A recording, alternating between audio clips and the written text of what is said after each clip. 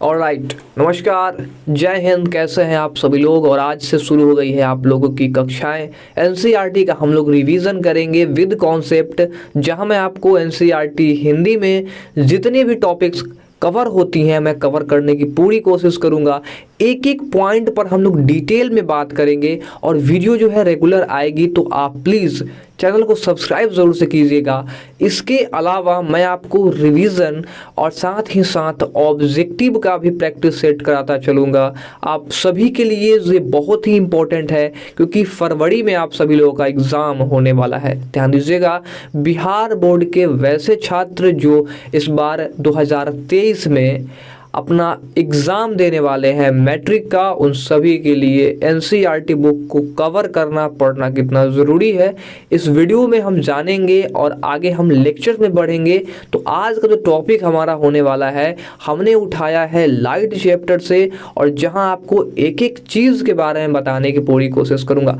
थोड़ी सी चर्चा कर लेते हैं कि फरवरी में जो एग्ज़ाम होगा उसके लिए हमें कितना समय चाहिए और कितना समय भी पर्याप्त है, कि समय हमारे लिए अभी उतना काफ़ी है या फिर अभी और समय की ज़रूरत होगी। सबसे पहली बात कि अभी हमें और समय तो नहीं मिल सकता है। फरवरी के स्टार्टिंग वीक से ही जो एग्जामिनेशन है वो शुरू हो जाता है। अगर यूँ कहे तो स्टार्टिंग तो नहीं करेंगे, क्योंकि स्टार्टिंग में इंटरमीडिएट का एग्जामिनेशन होता है फरवरी में बिहार बोर्ड की, लेकिन जैसे ही सेकेंड वीक आता है 14 या 15 तारीख से आप सभी लोगों का जो एग्जामिनेशन है मैट्रिकुलेशन का स्टार्ट हो जाता है।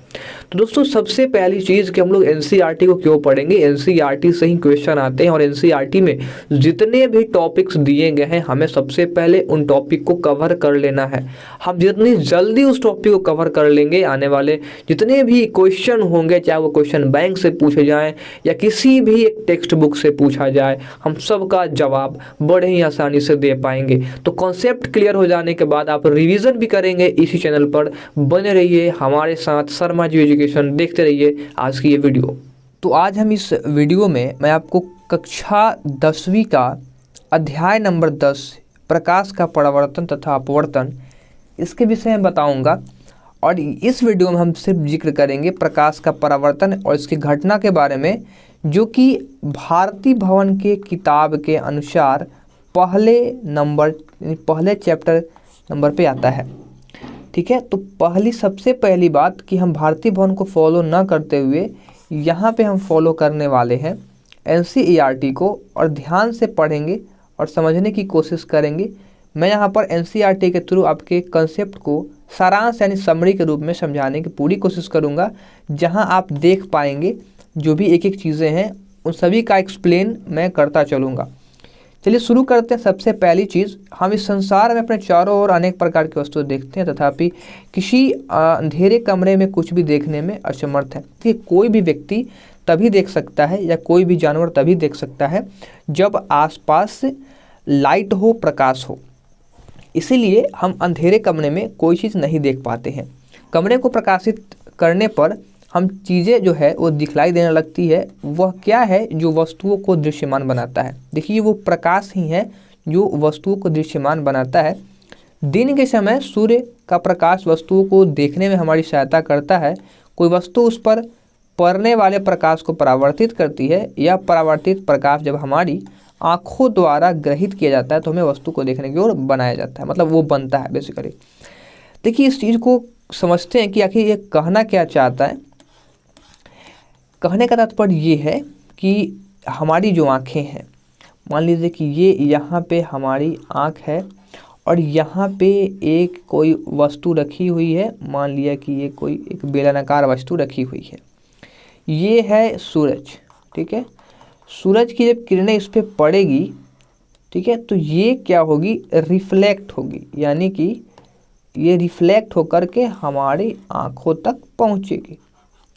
अगर ये रिफ्लेक्ट होकर के हमारी आँखों तक नहीं पहुँचेगी, ठीक है, तो इसकी जो आकृति है वो हमारी आँखों पे नहीं बनेगी और हमें यह वस्तु दिखाई नहीं देगा। जैसे कि इसके बीच में मान लीजिए हम कोई भी एक ऑब्जेक्ट लगा दें, तो ये जो रेखा है ये इस पार से उस पार नहीं जा पाएगी, तो हम इस ऑब्जेक्ट को नहीं देख पाएंगे। रेखा कहने का मतलब प्रकाश की ये किरण है।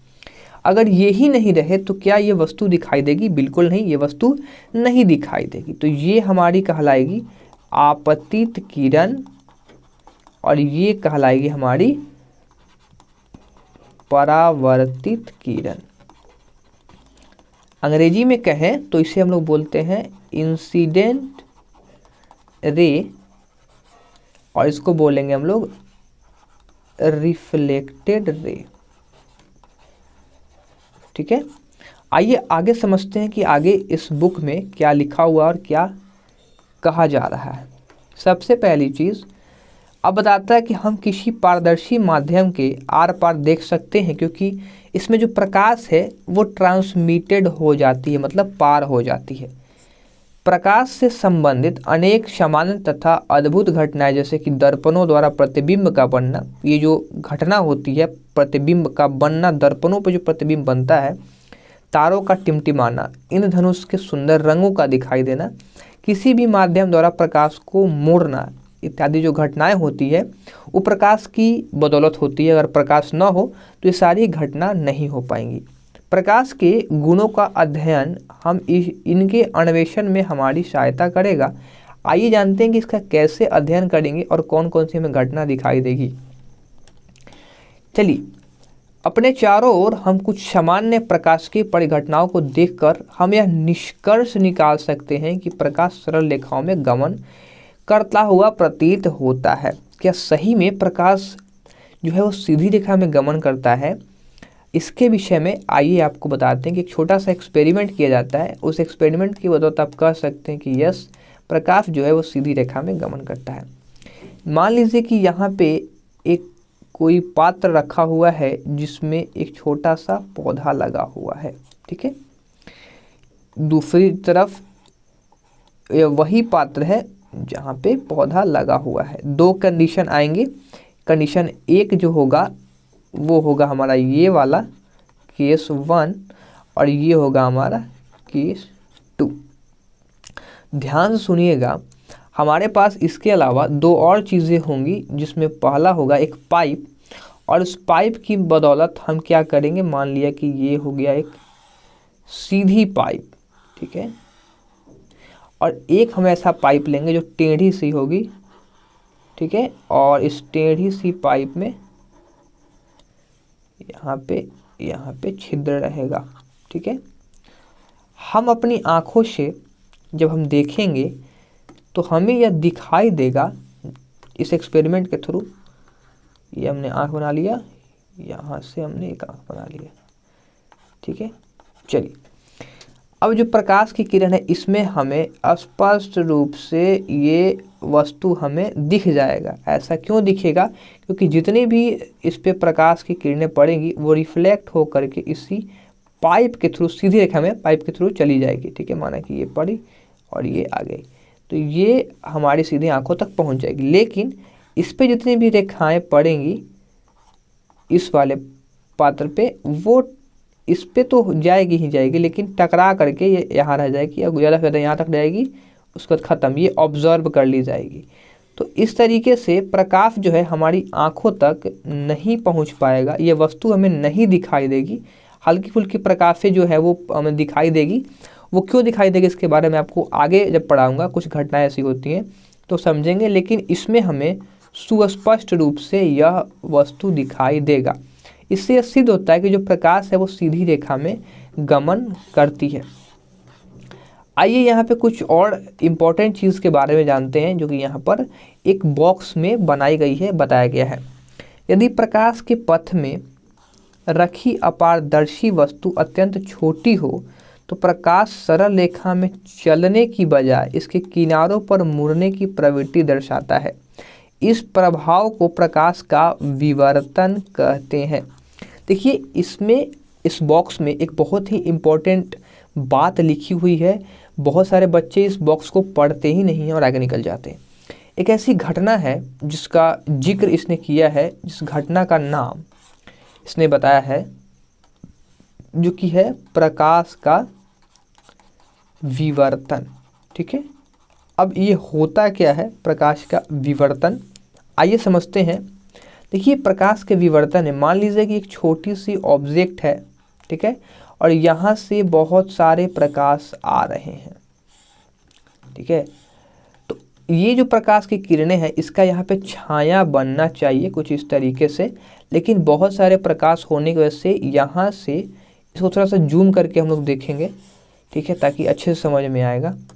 ये मान लीजिए कि छोटी सी ऑब्जेक्ट है, दिखने में बड़ा है बट ये है छोटी सी, ठीक है, हमने जूम किया है और यहाँ से एक जो है प्रकाश की किरण जा रही है और इससे टकरा रही है, ठीक है, यहाँ से गई टकराई, एक और आई और यहाँ से एक निकल गई, ठीक है।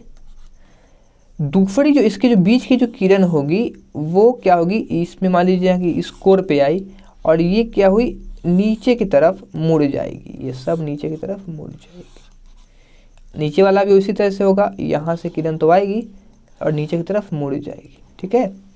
इससे होगा कि जो परछाई बनना चाहिए वो नहीं बनेगा, ठीक है, क्योंकि वस्तु जो है वो काफ़ी छोटी है। इसका आप एग्जाम्पल अपने घरों में देख सकते हैं टॉर्च की मदद से या फिर सूर्य की किरणों में। देखिए इसका जो सबसे जो तगड़ा एग्जाम्पल है वो चिड़िया वाला एग्जाम्पल है।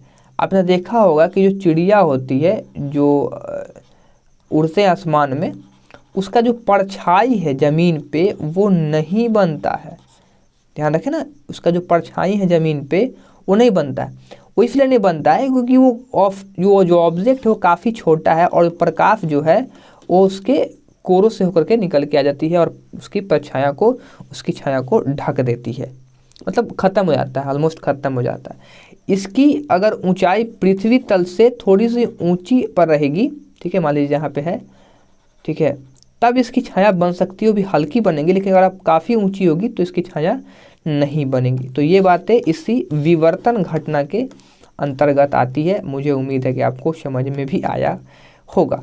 हम अपनी साधारण सी भाषा से आपको समझाने की पूरी कोशिश करेंगे। आप चाहें तो उसको आप पढ़ें ही, आराम से देखें, आपको सारी बातें समझ में आएंगी। दोस्तों अगर आपको वीडियो अच्छी लगे तो सब्सक्राइब ज़रूर से कीजिएगा और ऐसे ही और भी वीडियोस के लिए आप बेल नोटिफिकेशन ज़रूर से प्रेस कीजिएगा। शेयर कीजिएगा अपने मित्रों के साथ ताकि उन्हें भी इस तरह की इन्फॉर्मेटिव कंटेंट मिलती रहे और हम लोग बड़े ही मज़े से, आराम से, हंसी खुशी, खेलते कूदते सारे सिलेबस को कंप्लीट कर लेंगे। बट थोड़ी सी समय मुझे भी और आपको निकालनी पड़ेगी। मैं वीडियोस बनाऊंगा, अगर आप सब लोग सपोर्ट करिएगा तो जाहिर सी बात है कि मैं वीडियोस बनाऊंगा आपके लिए, कुछ इसी तरह की इंटरेस्टिंग वीडियोस आपके लिए लेकर के आता रहूँगा। चलिए, तो हमने बात कर लिया विवर्तन के बारे में। अब हम समझ लेते हैं कि तब वो जो प्रकाश की जिसमें सरल रेखीय व्यवहार के आधार पर किरणों का उपयोग करते हैं तो असफल होने लगती है। मतलब कहने का ये मतलब है कि जब प्रकाशिकी में सरल रेखीय व्यवहार के आधार पर हम किरणों का उपयोग करते हैं तो असफल होने लगती है। विवर्तन जैसी घटनाओं की व्याख्या करने के लिए प्रकाश को तरंगों के रूप में माना जाता है। देखिए अभी मैंने जो आपको बताया वो किरणों के माध्यम से, कि जहाँ किरणें मुड़ जाती हैं और इस तरीके से जो है हमें विवर्तन वाली घटना दिखाई देती है। अब इसने ये कहा है कि विवर्तन वाली घटना में जो किरणों का जो आधार है, जो व्यवहार है, सरल रेखीय व्यवहार, वो ख़त्म हो जाता है। अभी हमने स्टार्टिंग में ये पढ़ा कि प्रकाश जो है वो सीधी रेखा में गमन करती है, लेकिन यहाँ पे हम देख रहे हैं कि प्रकाश की किरणें मुड़ जा रही है, तो पहले वाला सिद्धांत तो गलत हो जाएगा। इस कंडीशन में होता ये है कि प्रकाश यहाँ पे जो है तरंग के रूप में गमन करता है, ये माना जाता है। और इस तरीके से दो थ्योरीज आती है, जिसमें एक तरंग वाली थ्योरीज है और एक दूसरी जो पहली थ्योरी है वो है कणों वाली थ्योरी। समझेंगे आगे आने वाले सेशन में, जब ये मैं सेशन को ज़्यादा बड़ा नहीं करने की कोशिश करूँगा, बट हाँ समझेंगे ज़रूर, एक एक पॉइंट को समझेंगे। यहाँ स्पष्ट रूप से लिखा हुआ है कि जिसका विस्तृत अध्ययन आप उच्च कक्षाओं में करेंगे। पुनः 20वीं शताब्दी में यह स्पष्ट हो गया है कि प्रकाश की द्रव्य के साथ अन्योन्य क्रिया के विवेचन में प्रकाश का तरंग सिद्धांत अपर्याप्त है। यानी कि तरंग सिद्धांत भी सफिशिएंट नहीं है, इसके लिए हम कणों का सिद्धांत हमें पढ़ना है। और इसकी जो व्याख्या है वो आपको 12th क्लास में देखने को मिलने वाली है। उम्मीद है कि आप समझे होंगे। तो यहाँ पे जो है दो कंडीशन होंगे। पहला कंडीशन तो ये होगा कि प्रकाश को जो है तरंग माना जाए और या फिर कण माना जाए, ठीक है। तो इसमें कहा गया है कि प्रकाश का आधुनिक क्वांटम सिद्धांत उभर कर सामने नहीं आया, जिसमें प्रकाश को न तो तरंग माना गया और न ही कण। नए सिद्धांत से प्रकाश के कण गुणों का तथा तरंग प्रकृति के बीच सामंजस्य स्थापित किया है। ठीक है, तो एक तरह का जो है यहाँ पर सामंजस्य स्थापित करने का मेन जो रीज़न रहा है वो ये रहा है कि दोनों तरह का जो है ये गुण को प्रदर्शित करता है। आइए समझते हैं, इस अध्याय में हम प्रकाश के परावर्तन तथा अपवर्तन घटनाओं का प्रकाश के सरल रेखीय गमन का उपयोग करके अध्ययन करेंगे। ये मूल धारणाएं प्रकृति में घटने वाली कुछ प्रकाशिक परिघटनाओं के अध्ययन से हमारी सहायता करेंगी। ठीक है, इस अध्याय में हम लोग गोलीय दर्पणों तथा प्रकाश के परावर्तन, प्रकाश के अपवर्तन एवं वास्तविक जीवन में उसके अनुप्रयोग को समझने का प्रयत्न करेंगे। यानी कि इसने बता दिया है कि हमें इस चैप्टर में क्या क्या पढ़ना होगा। पहला होगा हमारा प्रकाश का परावर्तन, दूसरा होगा अपवर्तन और वास्तविक जीवन में जो अनुप्रयोग होगा उसको समझेंगे। इसके अलावा हम लोग इसी घटना में गोलीय दर्पणों का प्रयोग करेंगे और देखेंगे कि क्या होता है गोलीय दर्पण, किस तरीके से कार्य करता है, उसमें इमेज कैसी बनती है और बहुत सारी चीज़ें हैं। तो सबसे जो पहला यहाँ पर कंसेप्ट निकल के आता है वो है हमारा प्रकाश का परावर्तन। बहुत ही प्यारी सी घटना है और हम हमेशा इससे रूबरू होते हैं लेकिन हम समझ नहीं पाते हैं, और एग्ज़ाम में जब प्रश्न आता है तो बच्चे छापने की कोशिश करते हैं। अगर आप इस वीडियो को देखिएगा तो छापने की कोई ज़रूरत नहीं है। एग्ज़ाम में हम नंबर को कैसे चुराएंगे ये सीखेंगे। चोरी करना है तो नंबर चुराने का, और बड़े ही आसानी से चुरा सकते हैं, कोई बड़ी चीज़ नहीं है। चलिए सीखते हैं। सबसे पहले हम लोग इसके कंसेप्ट को पढ़ेंगे और फिर मैं आपको बताऊंगा कैसे इसका आपको आंसर लिखना है। देखिए, उच्च कोटि की जो पॉलिश किया हुआ पृष्ठ होता है, जैसे कि दर्पण हो गया, या अपने ऊपर पड़ने वाले अधिकांश जो प्रकाश की जो अपने ऊपर जो प्रकाश पड़ता है, अधिकांश जो प्रकाश है वो परावर्तित कर देता है। ठीक है, कौन करता है जी? दर्पण। ठीक है, आप प्रकाश के परावर्तन के नियमों से पहले ही परिचित है। आइए इन नियमों को फिर से स्मरण करते हैं। देखिए, नियमों से जो करने का परिचित जो पार्ट इन्होंने कहा है वो स्टार्टिंग में बताया गया है। खैर कोई नहीं, अब हम लोग क्लास 10th में आ गए हैं तो हम इसको एक बार फिर से रिवीजन मार लेते हैं, कोई बड़ी चीज़ नहीं है। देखिए, आपतन कोण जो है वो परावर्तन कोण के बराबर होता है तथा आपतित किरण दर्पण के आपतन बिंदु पर अभिलंब तथा परावर्तित किरण सभी एक ही तल में होते हैं। बाउंस जा रहा होगा, आइए समझते हैं इसको एक पिक्चर की मदद से। देखिए, ध्यान से देखेंगे हम लोग तो हमें बिल्कुल और स्पष्ट रूप से दिखाई देगा।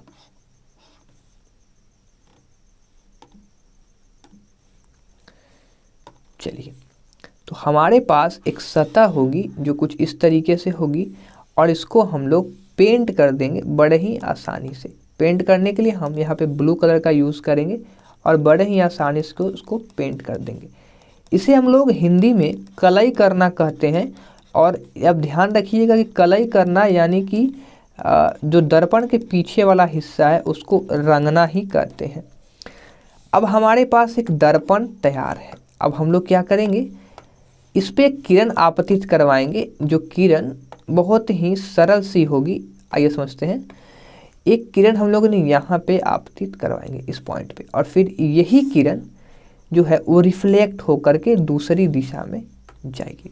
बहुत बहुत धन्यवाद। देखिए, यहाँ पे ये जो किरण आ रही है और इस बिंदु पे मिल रही है, वहाँ से एक लंब हम लोग खींचेंगे। लंब को यहाँ पे हम लोग ग्रीन रंग से रिप्रेजेंट कर देंगे और इसके लिए हम लोग डॉटेड लाइन का यूज़ करेंगे। शुक्रिया। देखिए, ये हमने एक लाइन ड्रॉ किया जो कि परपेंडिकुलर है और आगे हम लोग समझते हैं। अब जो है यहाँ पर दो चीज़ें कॉमन होगी। ये होगी हमारी आपतित किरण। ठीक है, आपतित किरण कौन सी किरण है जी? ये है आपतित किरण। ये होगी हमारी परावर्तित किरण। कौन सी किरण? परावर्तित किरण। ये हो गया हमारा अभिलंब। ठीक है, क्या हो गया? अभिलंब। जाहिर सी बात है, ये जो आप देख रहे हैं यही है बिंदु, मेन बिंदु जो है वो एक है। ये एक तल है। अब देखिए, पहला चीज़ इन्होंने क्या कहा है उसको एक बार समझ लेते हैं। पहला इन्होंने कहा है कि आपतन कोण परावर्तन कोण के बराबर होता है। यानी कि यहाँ से जो कोण बनेगा ये वाला कोण और ये वाला कोण दोनों क्या होंगे, आपस में बराबर होंगे। माना कि ये जो है वो एंगल आई है और ये जो है एंगल आर है। तो पहले कंडीशन के अनुसार क्या होगा, एंगल आई बराबर होगा एंगल आर के। ठीक है, ये हो गया पहला कंडीशन। दूसरा में इन्होंने क्या कहा है, आइए देखते हैं एक बार। दूसरा में क्या कह रहा है, दूसरा में कहकर आपतित किरण आपतन दर्पण के आपतन बिंदु तथा अभिलंब जो है और परावर्तित किरण सभी जो है एक ही तल में होते हैं। तल कहें या फिर एक ही बिंदु पर होते हैं, वो भी हम लोग समझ सकते हैं। देखिए, एक ही तल कहने का मतलब ये है कि ये जो आप देख रहे हैं वो एक तल है और ये आपतित किरण यहाँ पे आई, परावर्तित किरण यहाँ से गई और देखिए ये अभिलंब, तीनों जो है एक ही बिंदु पर है और एक ही तल में है। ठीक है, ये दो तल में नहीं है, इसीलिए ये दोनों नियम प्रकाश के परावर्तन के नियम में शामिल होते हैं।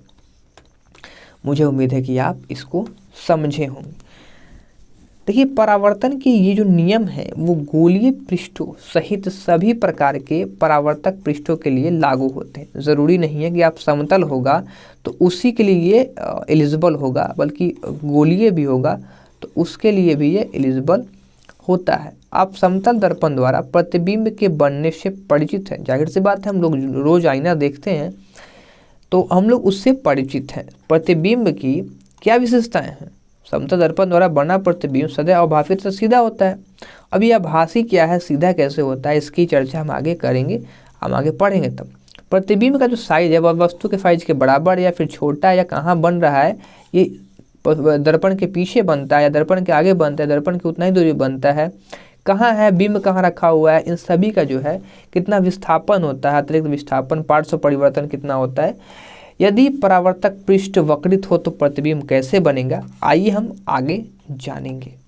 चलिए तो हम बात करते हैं क्रियाकलाप 10.1 के बारे में कि क्या है और हमें कौन कौन सी चीज़ें देखने को मिलती है। देखिए, पहली जो यहाँ पे क्रियाकलाप है वो ये है कि एक बड़ी चमकदार चम्मच लीजिए, इसके वक्रित पृष्ठ में अपना चेहरा देखने का प्रयत्न कीजिए। जो चम्मच होता है, ध्यान में ये रखिएगा कि जो चम्मच है ये नया होना चाहिए। फिर जो पॉलिश किया होता है ना, जब तक वो पॉलिश सही से नहीं होगा तब तक आपको स्पष्ट रूप से प्रतिबिंब दिखाई नहीं देना। अब यहाँ पे क्वेश्चन पूछ रहा है इसके बाद कि क्या प्रतिबिंब देख पाते हैं आप, जो है प्रतिबिंब देख पाते हैं, या छोटा है या फिर बड़ा है।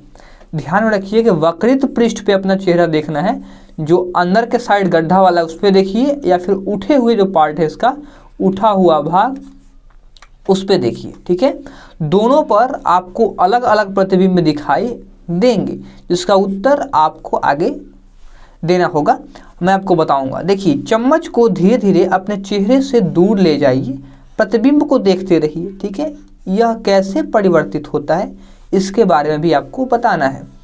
उसके बाद है चम्मच को उल्टा कीजिए, पलटिए तथा दूसरे पृष्ठ से क्रियाकलाप को दोहराइए। जैसा कि मैंने अभी आपको पहले कहा कि पहले आप गहरे वाले भाग में अपना चेहरा जो है देखिए और फिर उठा करके आप उसको पलट दीजिए और पलटने के बाद पीछे वाले साइड से अपना चेहरा देखिए। फिर इसे आप क्रियाकलाप को दोबारा दिखला सकते हैं और आपको कैसा प्रतिबिंब दिखता है इसके बारे में आपको बताना है।